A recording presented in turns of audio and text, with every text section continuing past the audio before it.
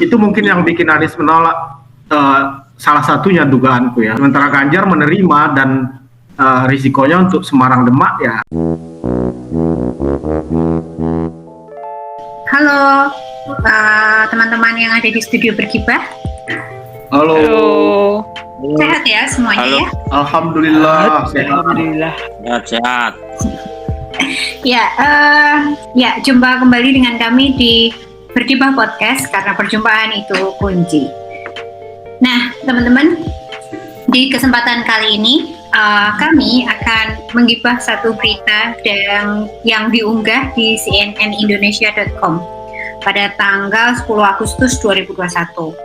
Berita tersebut berjudul Ganjar respon Joe Biden, nasib saya dengan Mas Anies sama. Nah di berita itu tuh memuat tanggapannya Mas Ganjar Pranowo di sini terhadap komentarnya Presiden Amerika Serikat Joe Biden. Nah kalau nggak salah ingat ya, Joe Biden itu benar nggak ya Lur ya, pada tanggal 27 Juli kalau nggak salah tahun 2021 Joe Biden berpidato di kantor Direktur Intelijen Nasional Amerika Serikat. Dia menyebut bahwa Jakarta tuh akan tenggelam dikarenakan perubahan iklim yang sedang menghantui seluruh dunia, gitu kan ya Lur ya.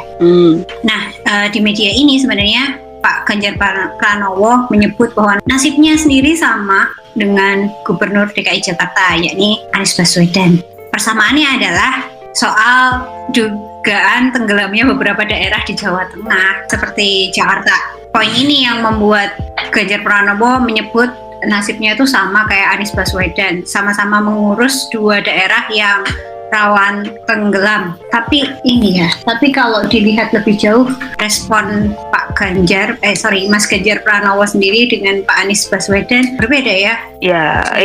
Mari itu kita gibah. Mari kita gibah. Mas Ganjar. Mas Ganjar, bukan Pak. Masmu. Astagfirullah. Ya udahlah Masku. Gimana tuh Lur? Jadi kita masuk ke CNN dulu ya. Itu tuh secara eksplisit tuh Ganjar Pranowo disebutkan mengakui tadi yang kayak kamu sebutkan tadi, bahwa beberapa daerah di Jawa Tengah itu sudah tenggelam, kata dia. Seperti ini yang di CNN. Jangan khawatir, Jateng sudah tenggelam, beberapa bagian sudah tenggelam, nggak boleh bilang enggak, berapa sudah tenggelam. Diulang-ulang aja kata Ganjar dalam diskusi daring yang digelar secara virtual. Jadi ini diambil dari diskusi daring, diskusinya Selasa 10 Agustus. Nah, yang disebut daerah yang tenggelam tadi itu ini beberapa duku di Sayung, Demak, memang orang sudah bedol desa, indah mereka. Karena dukunya sudah digenangi oleh air laut. Beberapa daerah yang terancam tenggelam menurut Ganjar Pranowo itu Semarang, Brebes, Kabupaten dan Kota Pekalongan. Itu yang dia sebutkan. Ya, terus lebih jauh Ganjar Pranowo menjelaskan bahwa ancaman tenggelam yang masih persisten di beberapa daerah di pantai utara Jawa Tengah itu pada dasarnya bukan hanya perubahan iklim, tapi dia ngomong juga tuh soal penurunan muka tanah. Nah, yang penurunan muka tanah itu terjadi karena bangunan yang masif, terus pemompaan air tanah yang berlebihan. Siap, nah, kita perlu lihat itu seberapa jauh penurunan itu. Ya, jadi karena sama-sama tenggelam tadi, Mas Ganjar tuh kemudian di berita CNN itu bilang, ini nasib saya dengan Mas Anies sama gitu kan, dia bilang. Iya. Balik ke poin, seberapa besar laju penurunan tanah di sekitar Semarang misalnya. Ada satu peta yang kalau nggak salah tuh dikeluarkan tahun 2020 oleh satu konsorsium riset water management Semarang. Di situ tuh dalam peta itu dibikin warna-warni, nanti bisa kita tampilkan.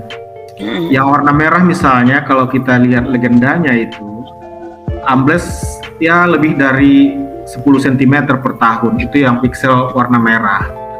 Itu banyak dari kawasan Sayung, Demak, atau barangkali terboyok ke timur. Kemudian sekitar bandara, misalnya Bandara Semarang, ada yang ambles, ada pixel yang memperlihatkan ambles 2-4 cm per tahun atau bahkan lebih. Itu gambaran umumnya soal amblesan, situasi amblesan tanah yang terjadi di sekitar Semarang dan Demak barangkali ya. Merah ini berarti yang parah ya? Ya, yang parah ke arah timur itu dari tengah kota, dari barangkali sebut saja pelabuhan ke timur sampai Sayung sana itu, kalau di peta itu kan. Iya. Ya, peta ini yang bikin kelompok konsultan Pemkot Semarang, mereka bekerja secara bersama-sama dengan pemerintah Bapeda Kota Semarang. Ya, salah satu laporan mereka yang berjudul Water Management Semarang Komponen One Report gitu. Ini diambil dari sana. Nah, sekarang kita perdalam sebenarnya apa yang menjadi penyebab penurunan muka tanah di tempat seperti Semarang ya dan sekitarnya tentu saja. Ada banyak publikasi tentu saja yang bisa diacu di sini, publikasi ya yang sudah dikeluarkan banyak orang yang memang mendalami masalah itu. Karena mereka melakukan penelitian, punya metodologi tersendiri, dan direview biasanya kalau publikasi itu kan. Kalau dia disertasi diujikan, dipertahankan. Jadi atas pertimbangan seperti itu kenapa mengacu ke publikasi. Ada 2 faktor penyebab utama, yaitu masifnya pembangunan yang biasanya kan diiringi dengan urukan kalau di Semarang itu kan, karena banyak tanah rawa di utara. Jadi sebelum bisa dibangun sesuatu diuruk dulu. Jadi material urukan dan bangunannya itu sendiri adalah suatu suatu massa yang menambah berat bagi tanah atau bumi di kawasan yang ambles itu. Itu penyebab pertama. Penyebab kedua yang sering muncul di publikasi itu adalah ekstraksi tanah. Ya, misalnya kalau kita tabelkan ya tahun 2001 misalnya ada orang bernama Marsudi menulis disertasi di ITB. Dia mengidentifikasi bahwa ada perbedaan dalam penyebab utama amblesan tanah ini. Semakin ke arah pantai itu pembebanan bangunan atau pembebanan material urukan yang lebih dominan, sampai sekitar 52-59% kontribusinya menyebabkan amblesan. Ke tengah hampir sama, dan semakin ke arah kota sebaliknya, yang paling berperan adalah ekstraksi tanah. Itu menurut si Marsudi. Kemudian ada saat berikutnya yang juga menulis soal itu, namanya Suripin. Sepertinya ini dosen teknik sipil Undip tahun 2005.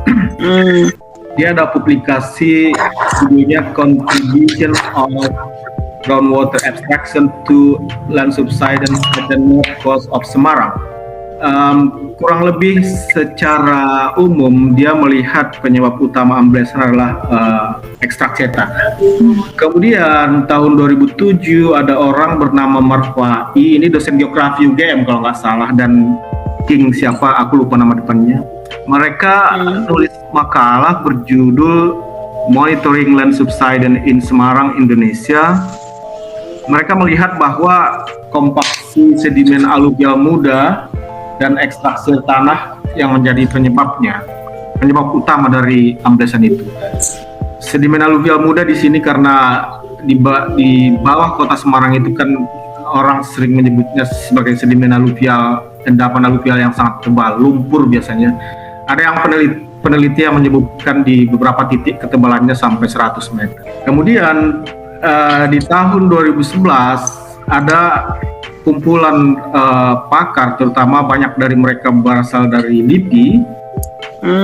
Mereka punya publikasi Modeling of Land Subsidence along Tanah Mas Pelabuhan Section Semarang City using finite element method.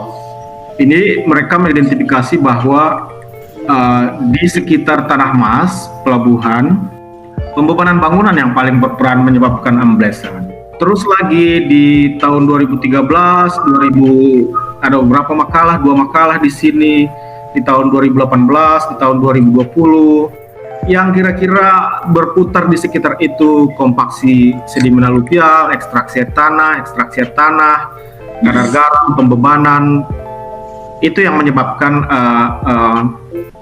menjadi penyebab utama yang mereka identifikasi bagi terjadinya amblesan tanah di Semarang. Kira-kira kurang lebih seperti itu publikasi-publikasi yang ada yang bisa kita pakai untuk melihat berita di CNN itu. Ya.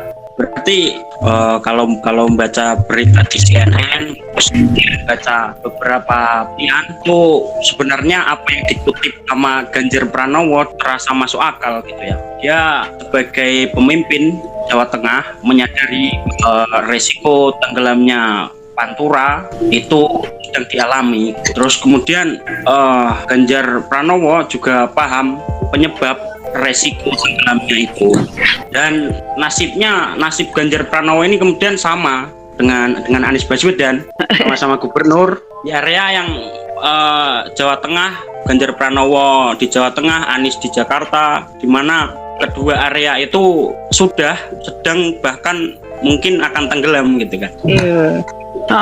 Di berita itu juga kayaknya kan Ganjar ngomong Joe Biden tuh nggak mengejutkan gitu, karena dia sudah tahu sebenarnya berdasarkan publikasi LIPI yang disebutkan tadi.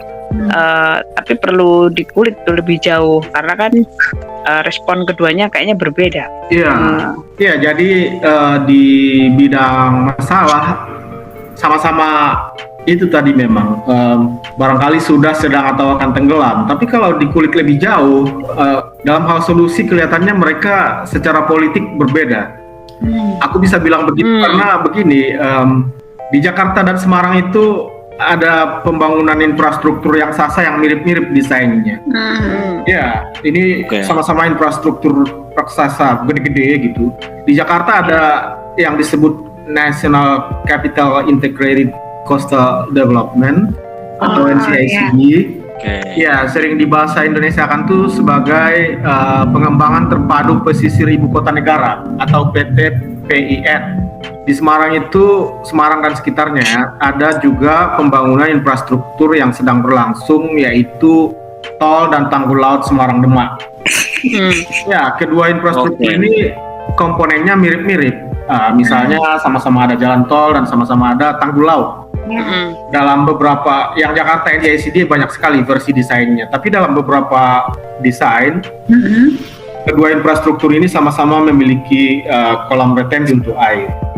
Di Jakarta desain itu memperlihatkan secara jelas di mana ada pulau-pulau reklamasi. Sementara di Semarang tidak kelihatan pulau-pulau reklamasi, tapi muncul di dalam berita-berita dari para pengembang. Nah, menarik bagaimana sikap mereka berdua kan itu. Iya. Nah, iya kalau kita lihat berita lagi, Ganjar Pranowo ini kan dia mendukung proyek yang kamu sebut itu tadi, tol tanggul laut Semarang Demak itu. Ya buktinya dia ini menemani itu. Kita pernah gibah itu sih. Kita pernah ya itu yang dia menemani Presiden Jokowi itu yang meninjau proyek TTLSD itu. Dan kalau nggak salah itu, kalau kita buka berita lama itu soal kemiripan TTLSD sama Giant Sea Wall itu, aku kayak pernah lihat di tahun 2014 itu namanya di sini itu juga Giant Sea Wall dulu tuh. Coba nanti kalau teman-teman posting itu. Nah, sementara si Pak Anies itu tahun lalu itu justru diberitakan dia menolak Giant Sea Wall itu gitu loh di Jakarta. Ada tuh di berita satu, kita baca ya, itu anggota tim gubernur untuk percepatan pembangunan TGUPP DKI Jakarta, Muslim Muin, menegaskan Gubernur DKI Jakarta Anies Baswedan menolak konsep pembangunan tanggul laut raksasa Giant Sea Wall untuk mengendalikan banjir Jakarta akibat air pasang dan penurunan muka tanah gitu. Nah, dia jelas itu menolak. Kalau Ganjar tadi itu ada juga berita di Mangabai itu memuat dia soal dia mendukung proyek tol tanggul laut Semarang Demak tuh. Iya ya. Jadi dari dua berita itu jelas bahwa Pak Ganjar dan Pak Anies beda. Ganjar Pranowo jelas mendukung TTLSD, sementara Pak Anies menolak proyek Giant Sea Wall yang ada di Jakarta gitu. Nah, sekarang implikasinya bagi kota dan warga yang tenggelam itu gimana berarti? Iya. Masalahnya sama, solusinya mirip, sikap mereka terhadap solusi berbeda. Nah, kalau kemudian kita pindah ke poin apa implikasinya bagi kota dan warga, kalau kita lihat deretan publikasi di Jakarta, di Semarang tadi misalnya, salah satu penyebab dominan amblesan tanah itu adalah pembebanan bangunan. Itu yang direview ya. Tidak ada harga pasti atau angka pasti seberapa persen pembebanan bangunan menyebabkan amblesan. Itu beda-beda dalam tiap penelitian dan baik itu angka maupun lokasinya. Tapi itu adalah satu poin yang sering muncul. Dari situ kita bisa maju bahwa infrastruktur berat seperti tol Tanggul Laut Semarang Demak itu berisiko menambah beban di daerah utara yang ambles itu. Artinya dia akan memperkuat salah satu faktor penyebab amblesan itu.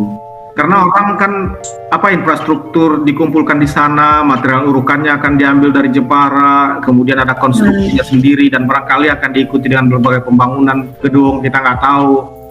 Ya, kalau di Jakarta, kalau nggak salah Master Plan NCIC di 2014 itu mengandaikan itu akan menjadi zona pembangunan kota baru, artinya makin banyak orang akan dikumpulkan di sana. Dan itu butuh fasilitas kan seperti air barangkali atau juga jalan, infrastruktur dan seterusnya. Artinya di bagian utara akan semakin padat dan berat. Itu mungkin yang bikin Anies menolak, salah satunya dugaanku ya, menolak NCICD. Sementara Ganjar menerima dan risikonya untuk Semarang Demak ya potensi atau risiko amblas dan dengan demikian risiko tenggelam akan makin tinggi. Iya. Aku kok lihatnya aneh ya si Mas Mo Ganjar ini. Mas Mo. Karena gini, dia sebenarnya kan di berita CNN itu kan tahu, LIPI itu sudah bilang, ya LIPI meneliti dari 2011 gitu. 2011 dia udah tahu tanpa TTLSD itu udah ambles gitu. Artinya dia udah tahu, tapi kenapa dia iyain aja TTLSD itu 2020 untuk berita mengabaikan? Aneh gitu loh, dia nggak konsisten atau nggak tahu lah. Ya, dari sini kita tahu bahwa respon dari Pak Ganjar Pranowo dan Pak Anies Baswedan itu berbeda. Terima kasih Pak Ganjar. Mas Ganjar, Mas Anies, CNN. Sampai jumpa di Gibahan selanjutnya. Sampai jumpa.